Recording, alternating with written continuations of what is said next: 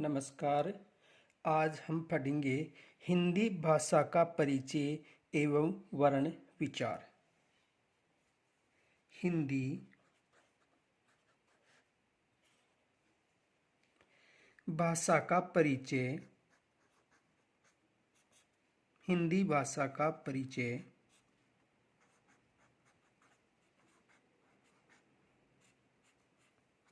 व वर्ण विचार।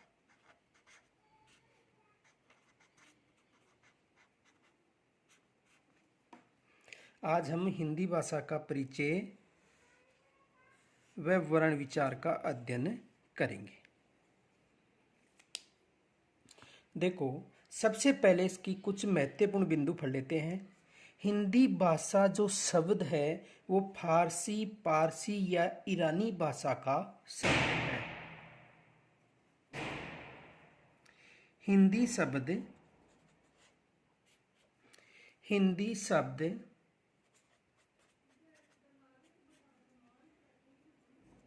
पारसी, हिंदी शब्द फारसी, पारसी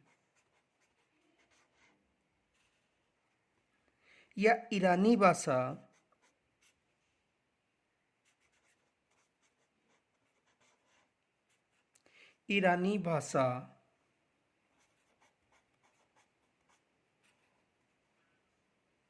का शब्द है।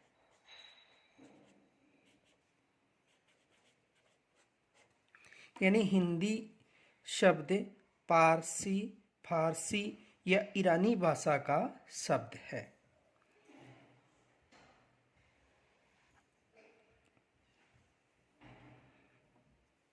देखो, प्राचीन जो भाषा है संस्कृत है और संस्कृत भाषा की को संपूर्ण भाषाओं का जननी के रूप में भी जाना जाता है।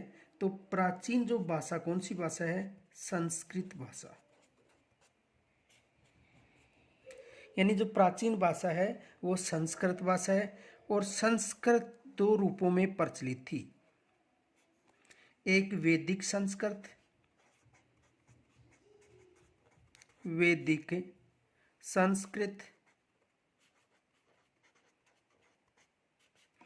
और जो दूसरी थी वो थी लौकिक संस्कृत।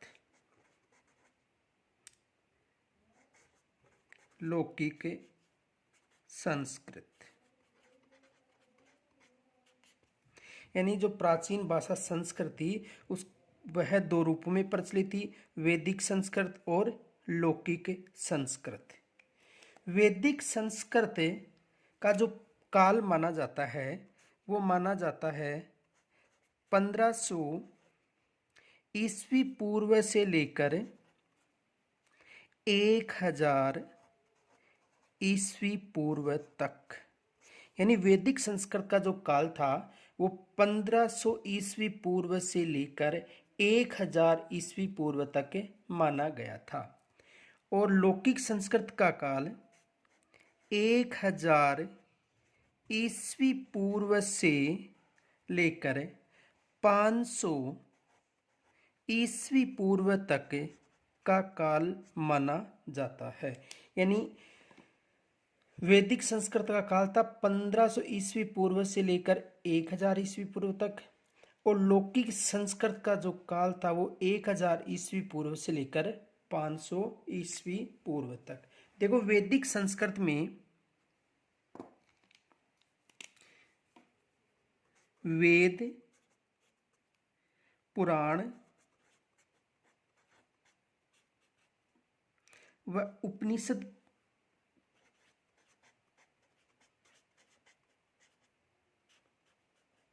की रचना हुई थी। यानी वेद, पुराण व उपनिषद की रचना हुई थी। तथा लौकिक संस्कृत में रामायण,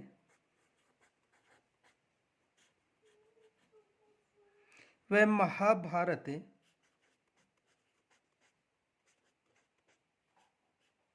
की रचना हुई थी। यानी वैदिक संस्कृत का काल 1500 ईस्वी पूर्व से लेकर 1000 ईस्वी पूर्व तक था। जिसमें वेद पुराण और उपनिषद की रचना हुई थी। लौकिक संस्कृत का काल था 1000 ईस्वी पूर्व से लेकर 500 ईस्वी पूर्व तक, जिसमें रामायण व महाभारत की रचना हुई थी। देखो वेद जो संस्कृत है उसका अपभ्रंश रूप के रूप में पाली भाषा का विकास हुआ था। किसका विकास हुआ था? पाली का। और इसका जो काल माना जाता है पाली का, वो माना जाता है पाली भाषा का विकास काल 500 ईस्वी पूर्व से लेकर प्रथम ईस्वी पूर्व तक। यानी पाली भाषा का जो संस्कृत का अपभ्रंश पाली का विकास हुआ वो 500 ईस्वी पूर्व से लेकर 1 ईस्वी पूर्व तक माना जाता है। इसके बाद में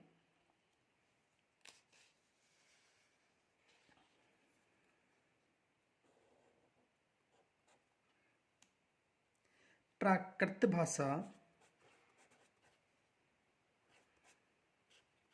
भाषा का विकास हुआ, जिसका काल 1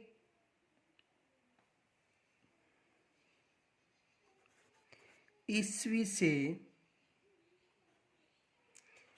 500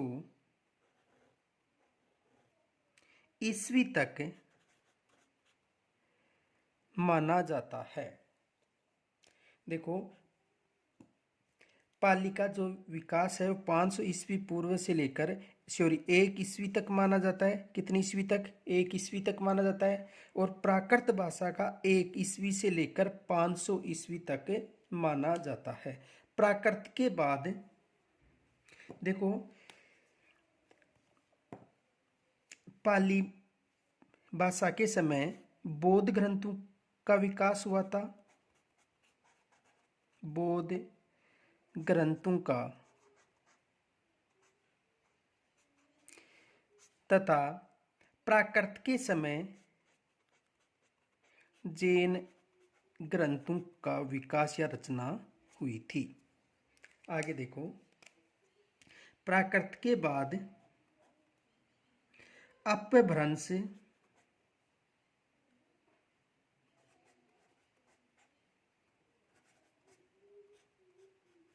या सोर्सिंग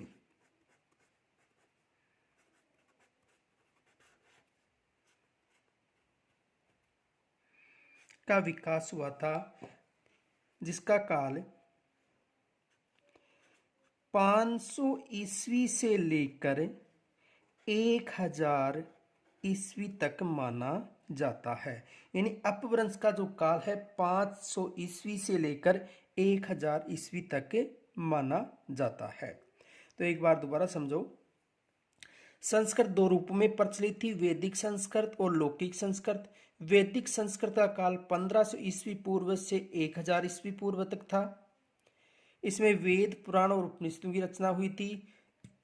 लौकिक संस्कृत 1000 से 500 ईस्वी पूर्व थी, जिसमें रामायण और महाभारत की रचना हुई थी। उसके बाद में इसका रूप परिवर्तन होकर पाली भाषा का विकास हुआ, जो 500 ईस्वी पूर्व से 1 ईस्वी तक यानी उल्लेखित थी। उसके बाद में प्राकृत भाषा का जो काल था 1 ईस्वी से 500 ईस्वी तक था। पाली भाषा में बौद्ध ग्रंथों की रचना हुई थी और प्राकृत भाषा में जैन ग्रंथों की। प्राकृत भाषा के बाद में जो रूप परिवर्तन हुआ वो अपभ्रंश यानी सोर्सेनी थी, जिसका काल था 500 ईस्वी से लेकर 1000 ईस्वी तक। अब देखो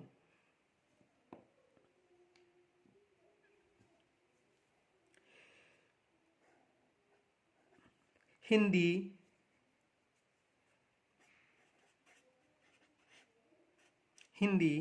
का जो काल था वो 1000 ईस्वी से लेकर वर्तमान समय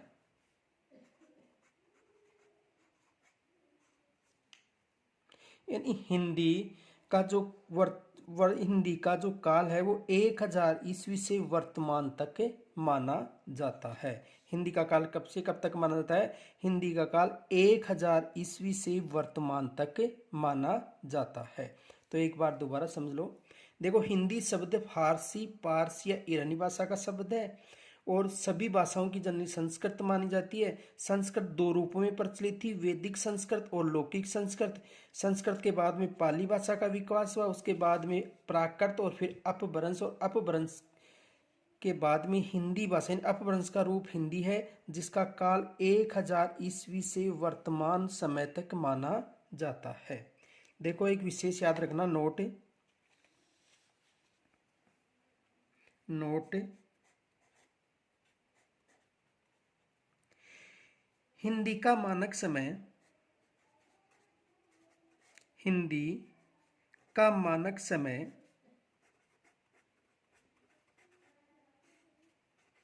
हिंदी का मानक समय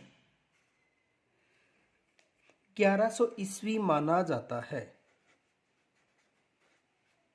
हिंदी का मानक समय 1100 ईस्वी माना जाता है।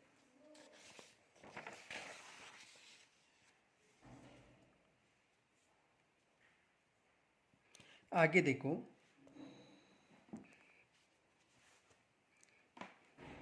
भाषा,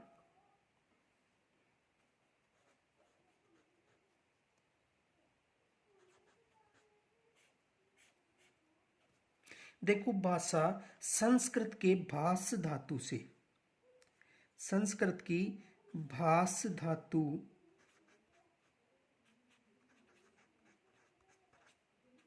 से उत्पन्न हुई है। संस्कृत के भास धातु से भाषा शब्द का निर्माण हुआ है। संस्कृत की भास धातु से, और भास धातु का मतलब है, भास का मतलब प्रकट करना, भास का मतलब प्रकट करना। देखो भाषा शब्द संस्कृत के भास धातु से उत्पन्न हुई है और भास का अर्थ होता है प्रकट करना। आगे देखो,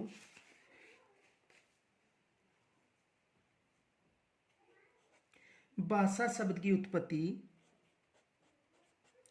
भाषा शब्द की उत्पत्ति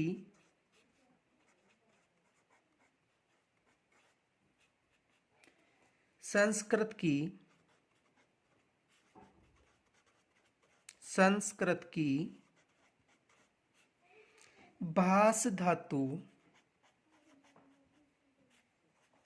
भास धातु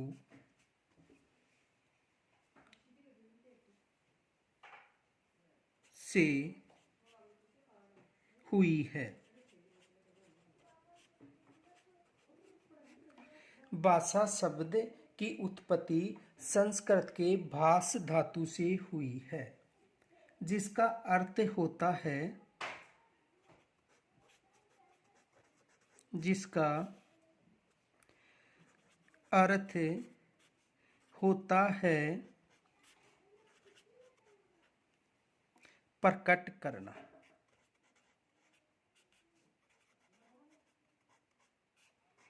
जिसका अर्थ होता है प्रकट करना।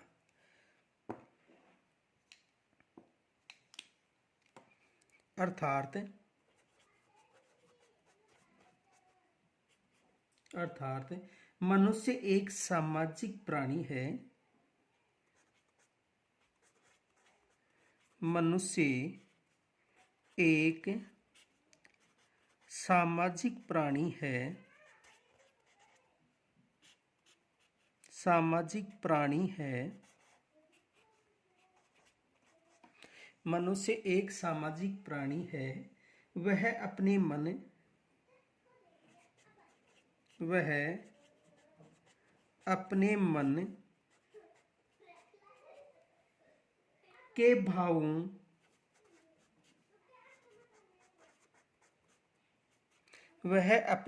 के भावों और विचारों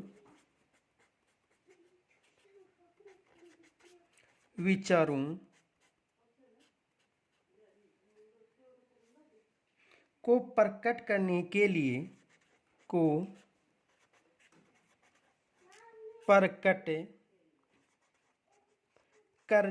लिए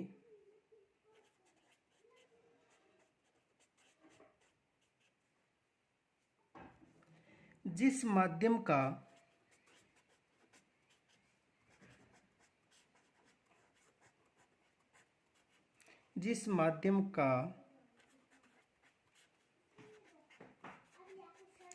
प्रयोग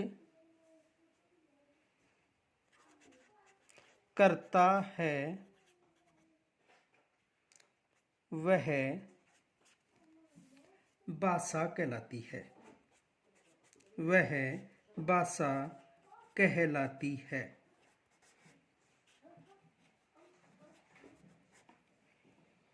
देखो, भाषा संस्कृत के भाष धातु से उत्पन्न हुई है और भाष धातु का अर्थ होता है प्रकट करना। यानी भाषा शब्द की उत्पत्ति संस्कृत की भाष धातु से हुई है, जिसका अर्थ होता है प्रकट करना। अर्थात मनुष्य एक सामाजिक प्राणी है। वह अपने मन के भावों और विचारों को प्रकट करने के लिए जिस माध्यम का प्रयोग करता है उसे भाषा कहते हैं। उसे क्या कहते हैं? भाषा। आगे देखो, भाषा के 3 माध्यम होते हैं। भाषा के 3 माध्यम होते हैं। भाषा के कितने माध्यम होते हैं? 3 माध्यम। लेकिन मूल रूप से 2 ही माध्यम माने जाते हैं। मूल रूप से 2 ही माध्यम माने जाते हैं। 2 माध्यम। मूल रूप से कितने माध्यम माने जाते हैं? 2 माध्यम। वैसे भाषा के 3 माध्यम होते हैं, लेकिन मूल रूप से भाषा के कितने माध्यम होते हैं? 2। देखो कौन कौन से हैं।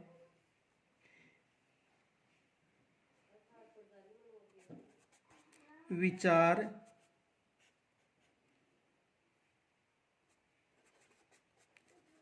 अभिव्यक्ति, विचार अभिव्यक्ति के माध्यम।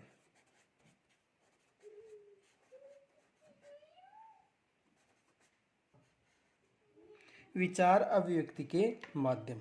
देखो, बोलना,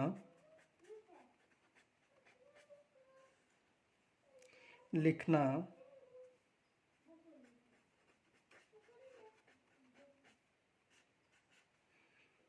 और संकेत। देखो, विचार और अभिव्यक्ति के माध्यम है बोलना, लिखना और संकेत। देखो, भाषा के 3 माध्यम होते हैं, लेकिन मूल रूप से कितने माध्यम माने गए हैं? 2। यानी मूल रूप से 2 ही माने गए हैं। तो देखो कौन कौन से हैं। विचार और अभिव्यक्ति के माध्यम है बोलना, लिखना और संकेत। देखो, सबसे जो सरल है वह माध्यम है बोलना। सरल व कठिन माध्यम है लिखना।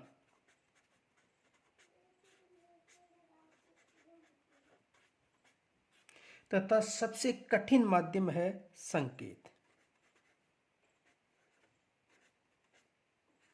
तो एक बार दोबारा समझ लो। भाषा के 3 माध्यम होते हैं। मूल रूप से 2 माध्यम हैं। विचार और अभिव्यक्ति के माध्यम हैं बोलना, यानी किसी को बोलकर समझाना, लिखकर, और संकेत के माध्यम से। बोलना सरल माध्यम है, लिखना सरल व कठिन है, और संकेत कठिन माध्यम है। आगे देखो,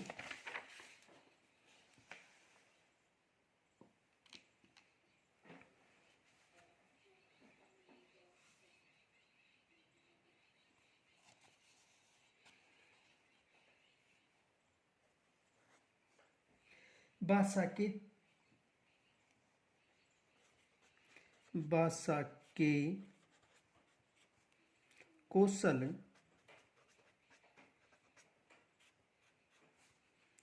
4 होते हैं।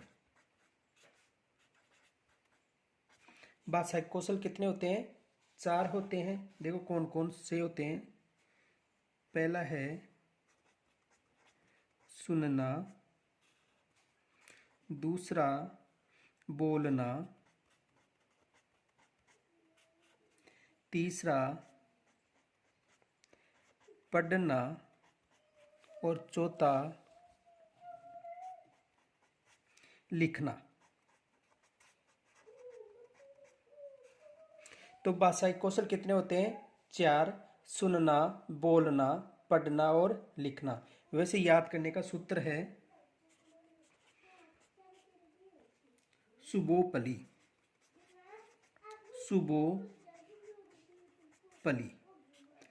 बोलने का सूत्र है सुबोपली। सुनना, बोलना, पढ़ना और लिखना, सूत्र है सुबोपली। तो भाषा के कौशल कितने होते हैं? 4। सुनना, बोलना, पढ़ना और लिखना।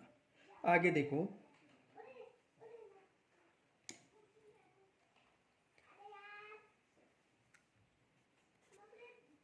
हिंदी भाषा दिवस,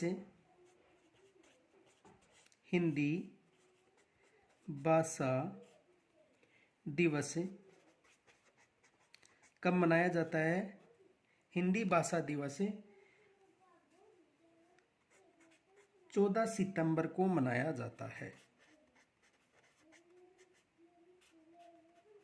हिंदी भाषा दिवस कब मनाया जाता है? 14 सितंबर को। राजस्थानी भाषा दिवस,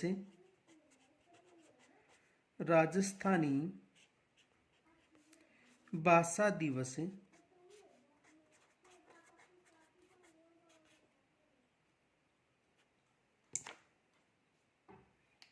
21 फरवरी को मनाया जाता है। यानी हिंदी भाषा दिवस 14 सितंबर को और राजस्थानी भाषा दिवस 21 फरवरी को मनाया जाता है। आगे देखो,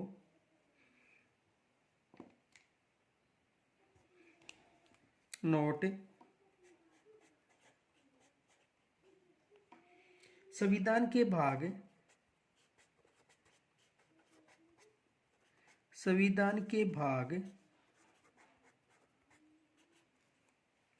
17 के अनुच्छेद 343 से लेकर 351 में या 51 तक हिंदी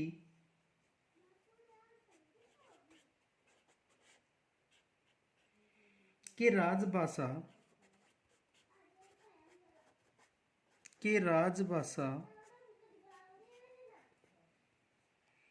होने से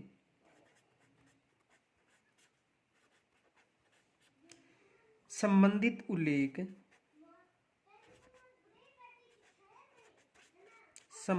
उल्लेख किया गया है।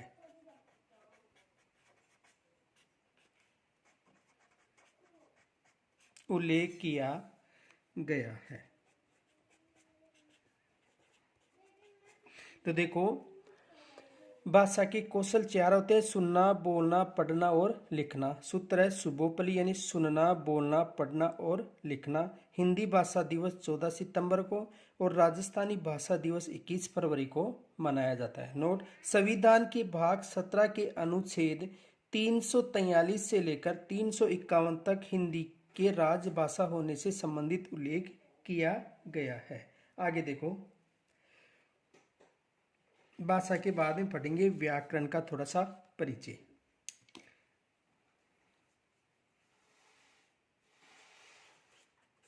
हिंदी भाषा व्याकरण का सामान्य परिचय।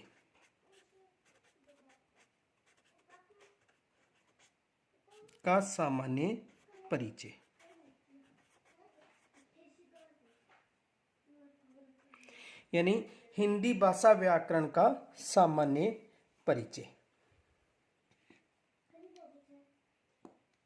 देखो पढ़ो, व्याकरण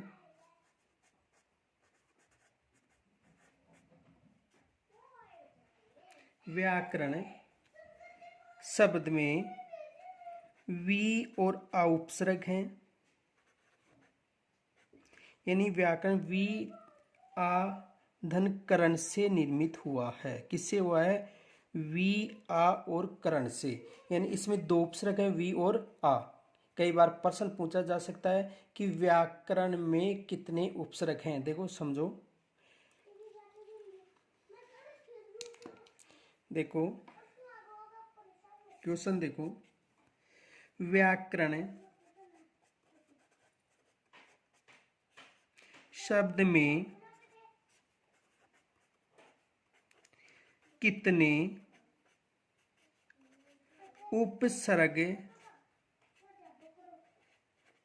उपसर्ग हैं? तो देखो व्याकरण में दो उपसर्ग हैं। कौन कौन से उपसर्ग हैं? एक तो दो उपसर्ग, एक वी और दूसरा है आ। दो उपसर्ग हैं व्याकरण में, वी उपसर्ग और आ उपसर्ग। यानी व्याकरण वी धन आ धन करण शब्द से निर्मित हुआ है। और व्याकरण शब्द में कितने उपसर्ग हैं? दो उपसर्ग हैं, एक वी उपसर्ग और एक आ उपसर्ग। आगे देखो,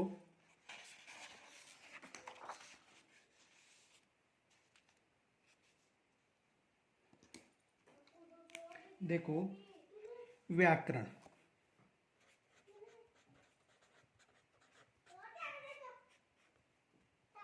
व्याकरण देखो, ऐसा ग्रंथ, ऐसा ग्रंथ, ऐसा ग्रंथ जो हमें, ऐसा ग्रंथ जो हमें भाषा, ऐसा ग्रंथ जो हमें भाषा को सरल माध्यम में, सरल माध्यम में, ऐसा ग्रंथ जो हमें भाषा को सरल माध्यम में, सरल माध्यम में प्रयोग करने के लिए, प्रयोग करने के लिए, सरल माध्यम में प्रयोग करने के लिए अग्रसर करता है, अग्रसर करता है।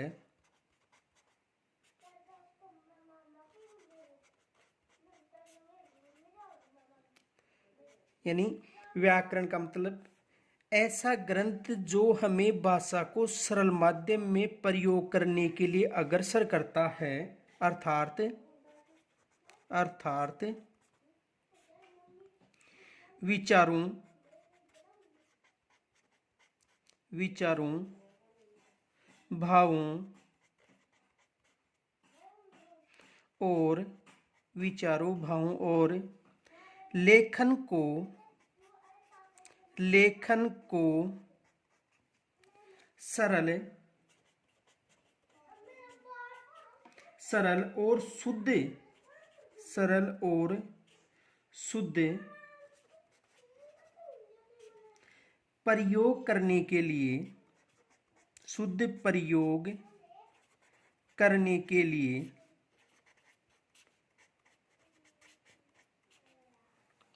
जिस माध्यम का,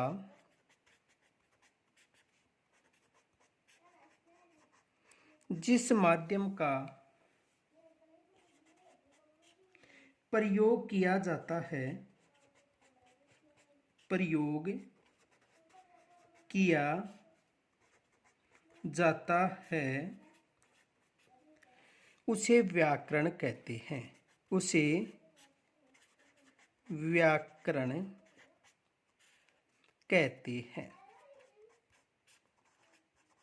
देखो व्याकरण में दो उपसर्ग हैं, वी और आ उपसर्ग। इनके अलावा व्याकरण की परिभाषा देखो, ऐसा ग्रंथ जो हमें भाषा को सरल माध्यम में प्रयोग करने के लिए अग्रसर करता है, अर्थात विचारों, भावों और लेखन को सरल और शुद्ध प्रयोग करने के लिए जिस माध्यम का प्रयोग किया जाता है उसे व्याकरण कहते हैं। आगे देखो,